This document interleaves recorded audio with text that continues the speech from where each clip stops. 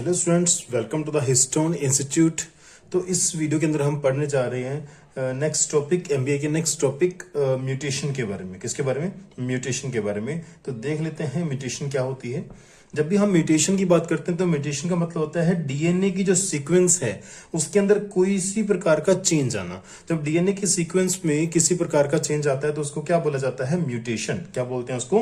Mutation. जब भी इस डीएनए के अंदर चेंज आएगा यानी कि म्यूटेशन आएगा तो वहां पे एक तो जीनोटाइप में चेंज आएगा,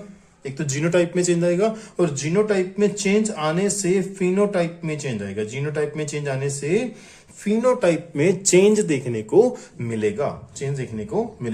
यानी कि म्यूटेशन की वजह से जीनोटाइप और फिनोटाइप दोनों ही चेंज हो जाते हैं। जीनोटाइप तो बोलते हैं जेनेटिक मेकअप को यानी कि डीएनए की सीक्वेंस को, और फिनोटाइप बोलते हैं उस जीन की वजह से हमारी बॉडी का जो फंक्शन है वो फंक्शन भी चेंज हो जाता है। दैट्स व्हाई फिनोटाइप चेंज हो जाता है, राइट।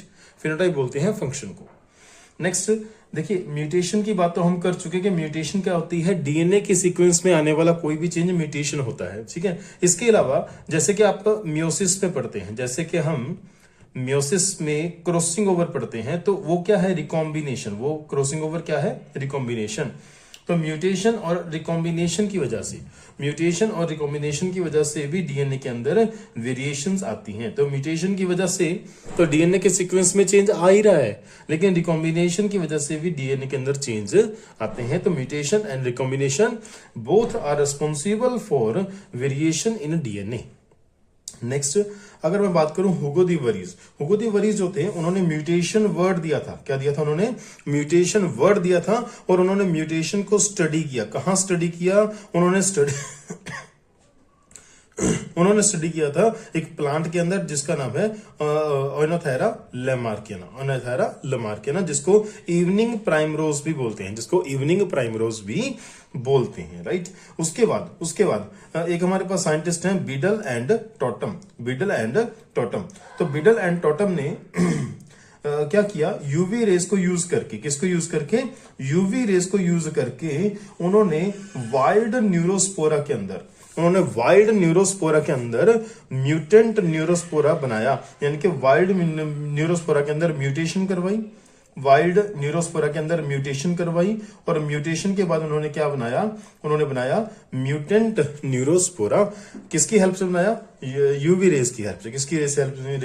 कौन सी रेस की हेल्प से बनाया? यूवी रेस की हेल्प से। उसके बाद है हमारे पास एमएस स्वामीनाथन। याद रखिएगा, जो एमएस स्वामीनाथन है उन्होंने गामा रेस को यूज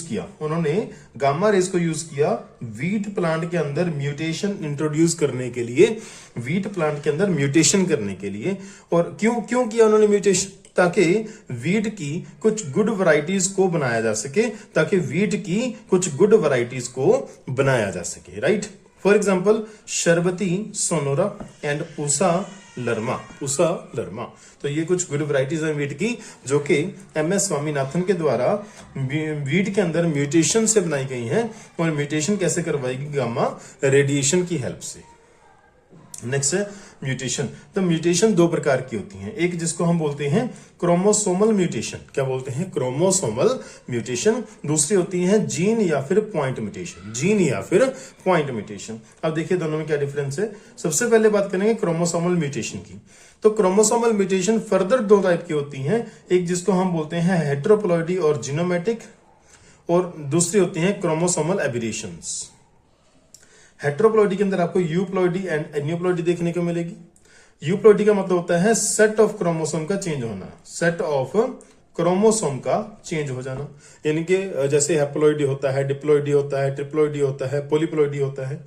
एन्यूप्लॉइडी का मतलब होता है नंबर ऑफ क्रोमोसोम का बढ़ना या घटना। नंबर ऑफ क्रोमोसोम जो है उनका चेंज होना, यानी कि जैसे ट्राइसोमी, मोनोसोमी, नलीसोमी, ठीक है। तो ये क्या है? एन्यूप्लॉइडी। ऐसे ही क्रोमोसोमल एबेरेशन के अंदर क्या होता है? क्रोमोसोम के किसी सेगमेंट का डिलीट हो जाना, क्रोमोसोम के किसी सेगमेंट का अपनी जगह से हटके दूसरी जगह पे चले जाना, क्रोमोसोम के किसी सेगमेंट का डबल हो जाना, क्रोमोसोम के किसी सेगमेंट का एक क्रोमोसोम से हटके दूसरे क्रोमोसोम पे चले जाना। तो ये सब क्या है? क्रोमोसोमल एबेरेशंस। ये हमारे सिलेबस में नहीं है, तो हमने केवल इनका नाम डिस्कस किया है, डिटेल में इसको डिस्कस नहीं करेंगे। नेक्स्ट आता है हमारे पास जीन या फिर पॉइंट म्यूटेशन। अब जीन में जब पॉइंट म्यूटेशन दो प्रकार की होती हैं, एक जिसको हम बोलते हैं सब्स्टिट्यूशन, दूसरा जिसको हम बोलते हैं फ्रेम शिफ्ट म्यूटेशन। सब्स्टिट्यूशन में क्या आता है? सब्स्टिट्यूशन का एग्जांपल है हमारे पास सिकल सेल एनीमिया। सब्स्टिट्यूशन का एग्जांपल है हमारे पास सिकल सेल एनीमिया। चलिए देख लेते हैं सिकल सेल एनीमिया क्या है। देखिए ये जो हमारे आरबीसीज हैं, आप जो आरबीसीज को देख रहे हो, ये आरबीसीज कैसे हैं? नॉर्मल शेप के, बाइकॉन्केव शेप के आरबीसीज हैं, बाइकॉन्केव शेप के आरबीसीज हैं। ये जो आरबीसीज आप देख रहे हो ये कैसे हैं? ये सिकल शेप है। ये कैसे हैं? ये सिकल शेप के आरबीसीज हैं, ये सिकल शेप्ड आरबीसीज हैं। Right okay. अब देखिए एक बार, अब हम देखेंगे यहाँ पे जो नॉर्मल हमारे आरबीसीज होते हैं उनके अंदर जो बीटा ग्लोबिन चेन होती है हीमोग्लोबिन की, वो किससे बनती है? वो बनती है GAG और CTC, ये डीएनए होता है, ये डीएनए होता है। अब यहां से mRNA बनता है GAG, और उस GAG से कौन सा अमाइनो एसिड आता है? 6th पोजीशन पे, बीटा चेन की 6th पोजीशन पे आता है ग्लूटामिक एसिड। क्या आता है? Glutamic acid. लेकिन अगर जीन के अंदर म्यूटेशन हो जाती है, कौन सी म्यूटेशन? पॉइंट म्यूटेशन, यानी कि सब्स्टिट्यूशन म्यूटेशन की बात हो रही है। तो सब्स्टिट्यूशन की वजह से अगर CTC की जगह पे आ जाए CAC, देखिए T जो है यहाँ पे, उसकी जगह पे क्या आ गया? A आ गया, A, जिसकी वजह से mRNA चेंज हो जाएगा। mRNA GAG आना चाहिए था, लेकिन यहाँ पे क्या आएगा? GUG।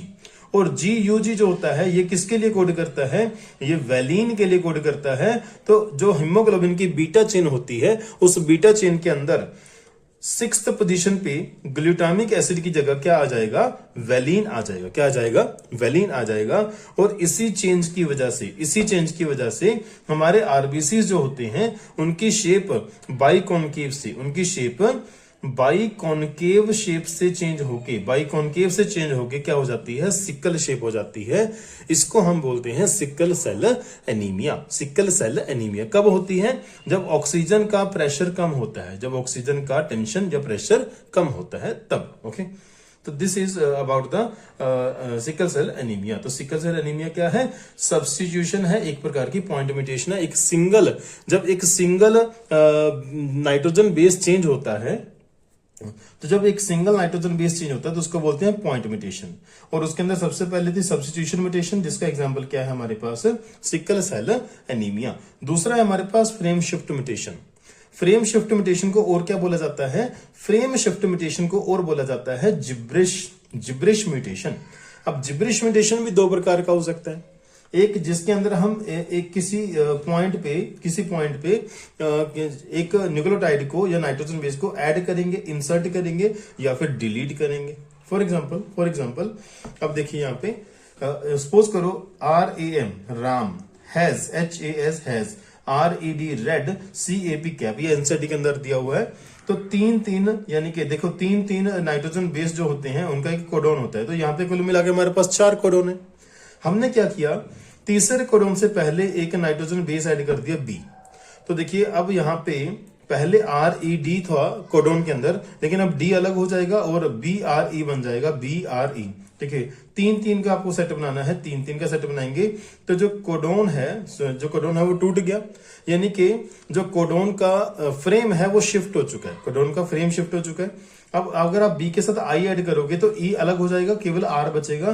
तो अब जो हमारे पास तीसरा कोडोन है वो पहले से अलग है, सेकेंड टाइम से अलग है। अब अगर आप इसके अंदर जी और ऐड कर देते हैं तो जो पहले जो कोडोन है वो तो ऐसे ही बन जाएंगे, लेकिन एक नया कोडोन इसके अंदर आके इंट्रोड्यूस हो जाएगा।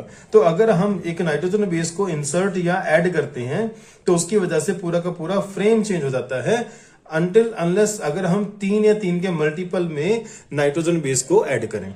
अगर आप 3 या 3 के मल्टीपल में ऐड करते हो, ठीक है, तब तो फ्रेम सेम रहेगा, बस केवल अमाइनो एसिड का नंबर बढ़ जाएगा, कोडोन का नंबर बढ़ जाएगा। लेकिन अगर आप 1 या 2 के मल्टीपल में अमाइनो एसिड को नाइट्रोजन बेस को ऐड करते हो तो जो कोडोन का फ्रेम है वो शिफ्ट हो जाएगा, कोडोन का फ्रेम जो है वो शिफ्ट हो जाएगा। So this is the insertion or addition frame shift mutation. Next हमारे पास deletion। अब डिलीशन का एग्जांपल क्या है हमारे पास, थैलेसीमिया। अब थैलेसीमिया के अंदर ये वाला सीक्वेंस होता है ACG GAC TGC AGT, ठीक है। अगर मान लो कि यहाँ पे एक मान लो जैसे C है, ये C यहां से हट जाए, C यहां से हट जाए, गॉट इट, तो क्या होगा, तो T उसकी जगह पे आ जाएगा, तो GC रहेगा, GC के साथ A उसके साथ आ जाएगा और बचेगा लास्ट में GT, क्या बचेगा लास्ट में, GT।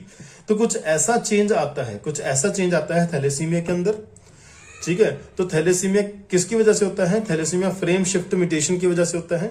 और कौन सी फ्रेम शिफ्ट म्यूटेशन की वजह से होता है, डिलीशन म्यूटेशन की वजह से। किसकी वजह से होता है, डिलीशन म्यूटेशन की वजह से होता है।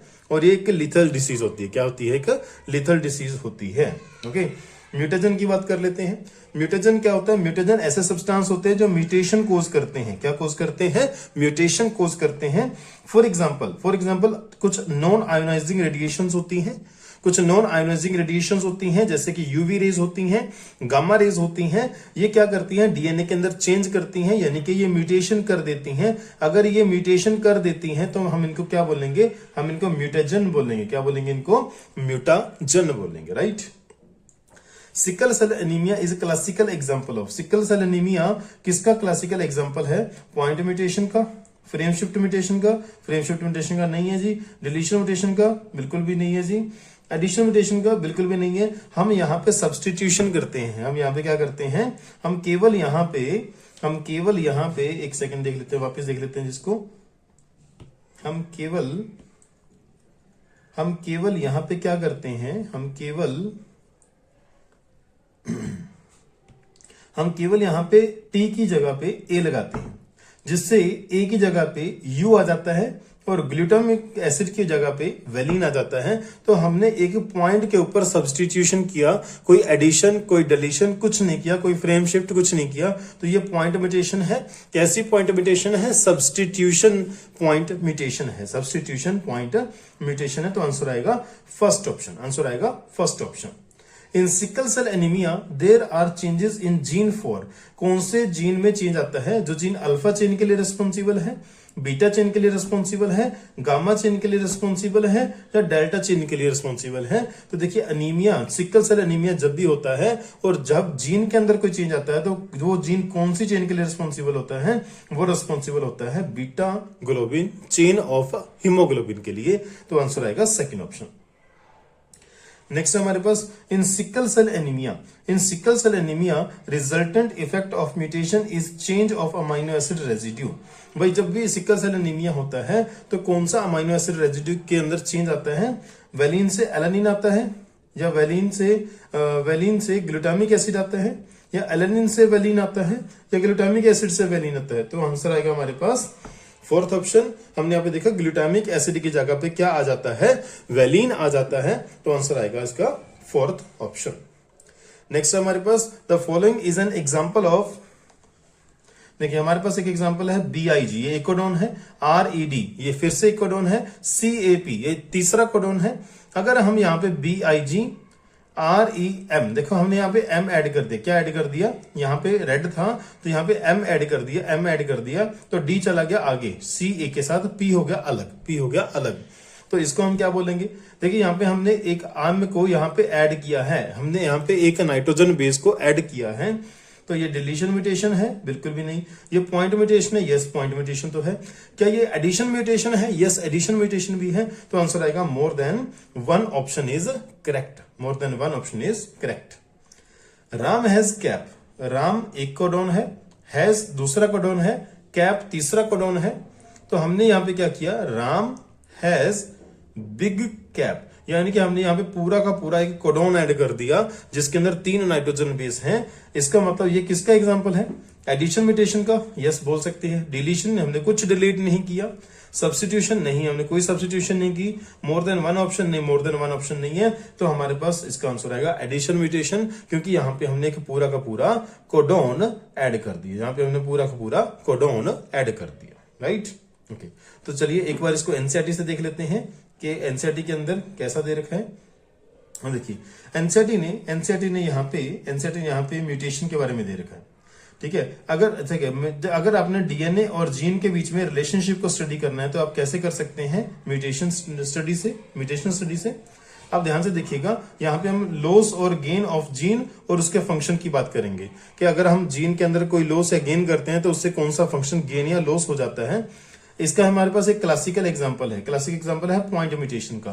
पॉइंट म्यूटेशन के अंदर क्या है कि अगर हम एक सिंगल बेस पेयर के अंदर चेंज करते हैं, जैसे कि अगर हम beta globin chain of haemoglobin के अंदर बात करें तो वहां पे अमाइनो एसिड रेजिड्यू जो है वो चेंज हो जाता है। वहां पे ग्लूटामेट की जगह पे वैलिन आ जाएगा, जिससे कि डिसऑर्डर हो जाता है और उस डिसऑर्डर का नाम है सिकल सेल एनीमिया। तो जो पॉइंट म्यूटेशन है वो इंसर्शन टाइप का हो सकता है, डिलीशन टाइप का भी हो सकता है। ये एग्जाम्पल हम पहले देख चुके हैं। देखिए ऐसी म्यूटेशन जिससे कि हम एक या दो क्या करते हैं, देखिए यहाँ पे इंसर्शन और डिलीशन ऑफ 1 और 2 basis change the reading frame from the point of insertion deletion. जहां पे आपने देखिए जैसे यहाँ पे है हम बात कर सकते हैं भाई, ये हमारे पास क्या है, 4 कोडोन है। आपने यहाँ पे 1 या 2 कोडोन ऐड कर दिए, जिसकी वजह से जो फ्रेम हमारे पास पहले था वो फ्रेम क्या हो चुका है, अब चेंज हो चुका है। कहां से चेंज हुआ है, जहां से आपने एडिशन की है या फिर आपने डिलीशन की है। क्लियर। लेकिन अगर आप 3 या 3 के मल्टीपल में एडिशन या डिलीशन करते हो तो भाई अमाइनो एसिड का नंबर कम ज्यादा हो सकता है, कोडोन का नंबर कम ज्यादा हो सकता है, लेकिन फ्रेम जो है वो शिफ्ट नहीं होगा। तो ऐसी म्यूटेशन जो कि 1 या 2 बेसिस के इंसर्शन या डिलीशन से होती हैं, ऐसी म्यूटेशन को क्या बोलते हैं, फ्रेम शिफ्ट इंसर्शन म्यूटेशन या frame shift deletion mutation. Clear. तो this is all about the mutation. If you like this video, please comment करें, लाइक करें, शेयर करें अपने दोस्तों के साथ। Thank you, have a nice day.